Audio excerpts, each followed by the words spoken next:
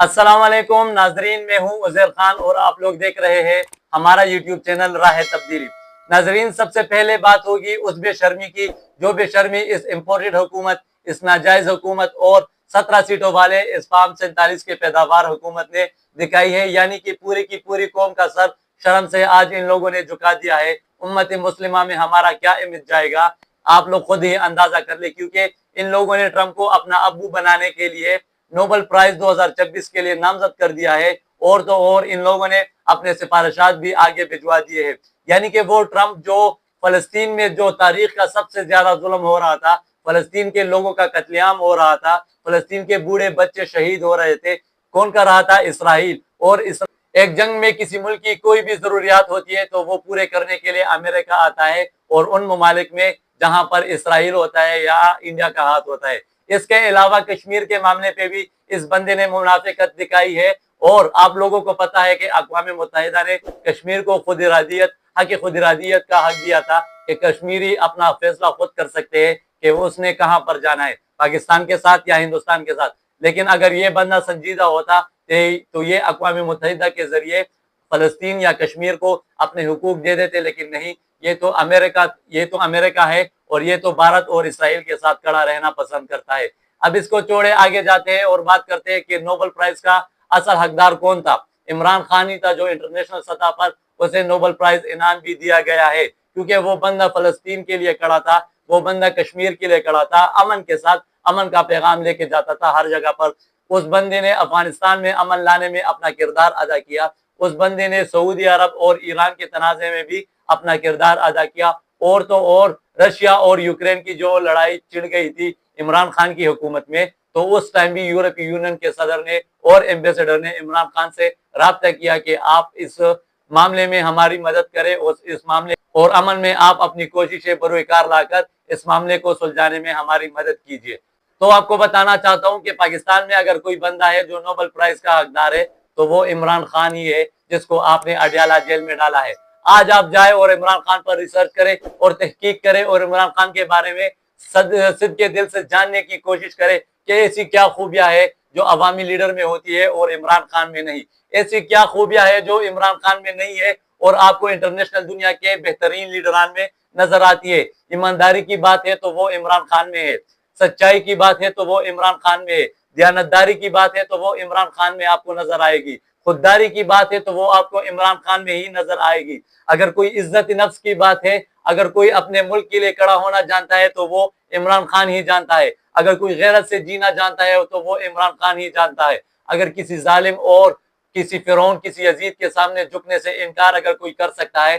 تو عمران خان ہی کر سکتا ہے۔ اگر وقت کے سپر پاور کو اگر کوئی انکار کر سکتا ہے کہ جی نہیں، میں نے امن میں آپ کا ساتھ دینا ہے، لیکن جی نہیں، جنگ میں بالکل بھی آپ کا ساتھ نہیں دینا میں نے۔ عمران خان نے ڈنکے کی چوٹ پہ کہا تھا، حکومت سے پہلے بھی اور حکومت کے بعد میں بھی، کہ ہم دوستی سب سے چاہتے ہیں لیکن غلامی کسی سے بھی نہیں چاہتے۔ یہ جو آپ لوگ کر رہے ہیں یہ ڈائریکٹلی غلامی ہے۔ پاکستان میں تو آپ ذلیل ہے ہی ہے، لیکن اسلامی دنیا میں اور امت مسلمہ میں آپ کی کیا اوقات رہ جائے گی، آپ کا کیا کردار باقی رہ سکتا ہے؟ آپ کو تو لوگ اپنے رہبر کی طرح دیکھتے ہیں، پاکستان کو تو اسلامی دنیا اپنے رہبر اور اپنے رہنما کی طرح جانتے ہیں، کیونکہ واحد اسلامی ملک ہے جو ایٹمی طاقت رکھتا ہے، واحد اسلامی ملک ہے جو دنیا کی تیسری یا چوتھی سب سے بڑی فوج رکھتا ہے، واحد اسلامی ملک ہے جو اتنا پاور رکھتا ہے کہ وہ کسی بھی ملک کے سامنے کھڑا ہو سکتا ہے اور ان کے آنکھوں میں آنکھیں ڈال کے بات کر سکتا ہے اپنے مفادات کے لیے اور اسلام کے مفادات کے لیے کھڑا ہو سکتا ہے۔ لیکن نہیں،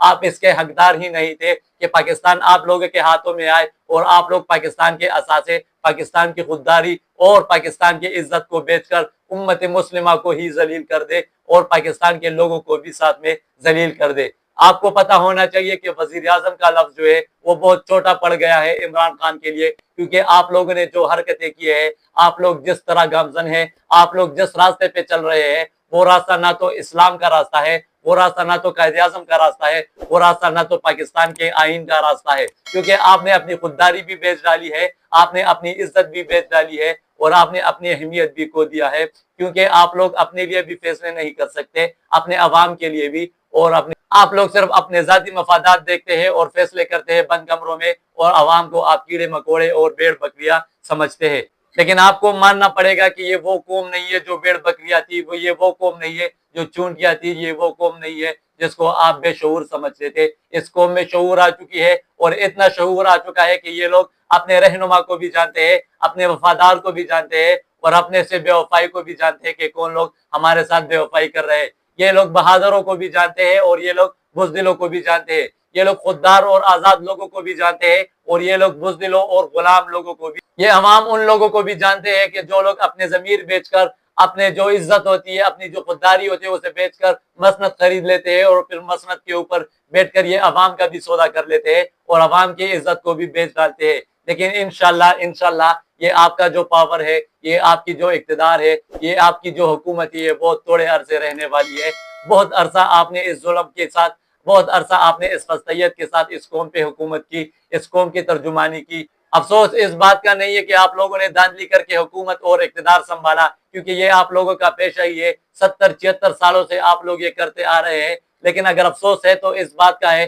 کہ آپ نے عوام کی خودداری اٹھا کر، آپ نے عوام کا عزت اٹھا کر، آپ نے عوام کی غیرت اٹھا کر امریکہ کے پاؤں میں گرا دیا ہے، امریکہ کے پاؤں میں پھینک دیا ہے۔ اپنی عزت تو تھی ہی نہیں، عوام کی عزت بھی مجروح کر دی ہے۔ اور آگے ہم تماشا کریں گے کہ آپ لوگ کیا سودا کر کے امریکہ کے ساتھ یہاں پر پہنچے ہیں، اور امریکہ کو بدلے میں ٹرمپ کو نوبل پرائز انعام کا ایوارڈ بھی آپ لوگ دینا چاہتے ہیں۔ آپ لوگوں کا یہ جو ڈیل ہے یہ اشکار ہو جائے گا، ٹائم لگے گا، لیکن افسوس ٹائم لگنے کے ساتھ ساتھ ہی عوام کو بھی نقصان اٹھانا پڑے گا، اور اس کی قیمت جو ہے نہ صرف پاکستان بلکہ امت مسلمہ کے پورے مسلمان ممالک کو ادا، کیونکہ امریکہ جو ہے وہ صرف اپنے مفادات دیکھتے ہیں، وہ آپ لوگوں کے مفادات کے بارے میں سوچتے بھی نہیں۔ پھر وہ مانیں گے کیسے کہ آپ کے مفادات کے بارے میں وہ لوگ آپ لوگوں کے ساتھ کوئی ڈیل کرے یا کوئی معاہدہ کرے۔ ابھی بات تھوڑی سی کریں گے ایران کے اوپر۔ خبر ہے ایران کے سپریم لیڈر آیت اللہ خامنئی کے حوالے سے کہ یہ خبر بہت ہی زیادہ گردش کر رہی ہے۔ ابھی تک کوئی آفیشیل اسٹیٹمنٹ یا آفیشیلی کوئی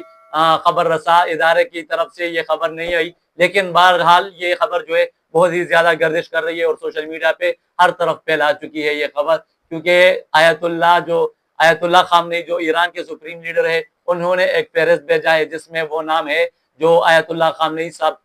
چاہتے ہیں کہ میرے بعد ان میں سے ایک بندہ جو ہے وہ ایران کا سپریم لیڈر بنے اگلا۔ آیت اللہ خامنئی صاحب کا خیال ہے کہ اگر ہم میں سے کوئی بندہ شہید ہو جاتا ہے، ہم میں سے کوئی باقی نہیں رہتا، یا میں بذات خود شہید ہو جاتا ہوں، تو ان ناموں میں سے ایک نام جو ہوگا وہ اگلا سپریم لیڈر ہوگا ایران کا۔ تو اس جذبے کو آپ دیکھ سکتے ہیں، ایران کے جو لیڈر ہے وہ یہ جذبہ دکھا رہا ہے، میں شہادت کے لیے تیار ہوں، اور شہادت کے بعد آپ نے اس بندے کو سپریم لیڈر بنانا ہے، اور اس لیے بنانا ہے کہ جنگ میں آپ لوگ کمزور نہ پڑے، آپ لوگ پیچھے نہ ہٹے، آپ لوگوں کو شکست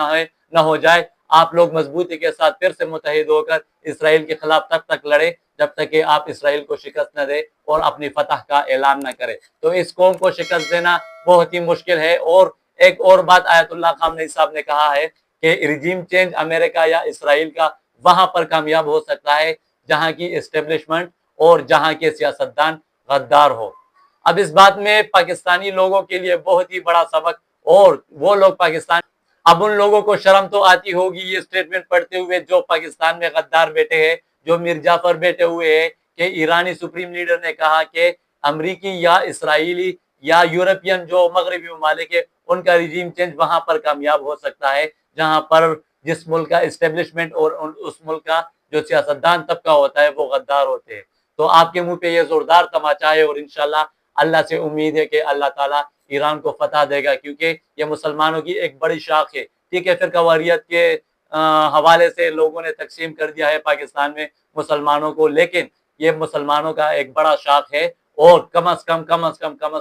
اس دنیا میں جتنے بھی یہود و نصارہ اور کافر ہیں ان لوگوں سے ہزار درجے، لاکھوں درجے یہ لوگ بہتر ہے ہمارے مسلمانوں کا۔ انشاءاللہ ایران کے لیے ہمیشہ دعا گو رہیں گے، اور عوامی طور پر پاکستان کا جتنا بھی عوام ہے وہ ایران کے ساتھ شانہ بشانہ کڑی ہے اس جنگ میں۔ تو اس ویڈیو میں اتنا ہی کافی ہے، اگلی ویڈیو کے لیے انتظار کرے، اور اگلی ویڈیو میں ملاقات ہوتی ہے، تب تک اپنا خیال رکھیے گا۔ اللہ نگہبان، والسلام۔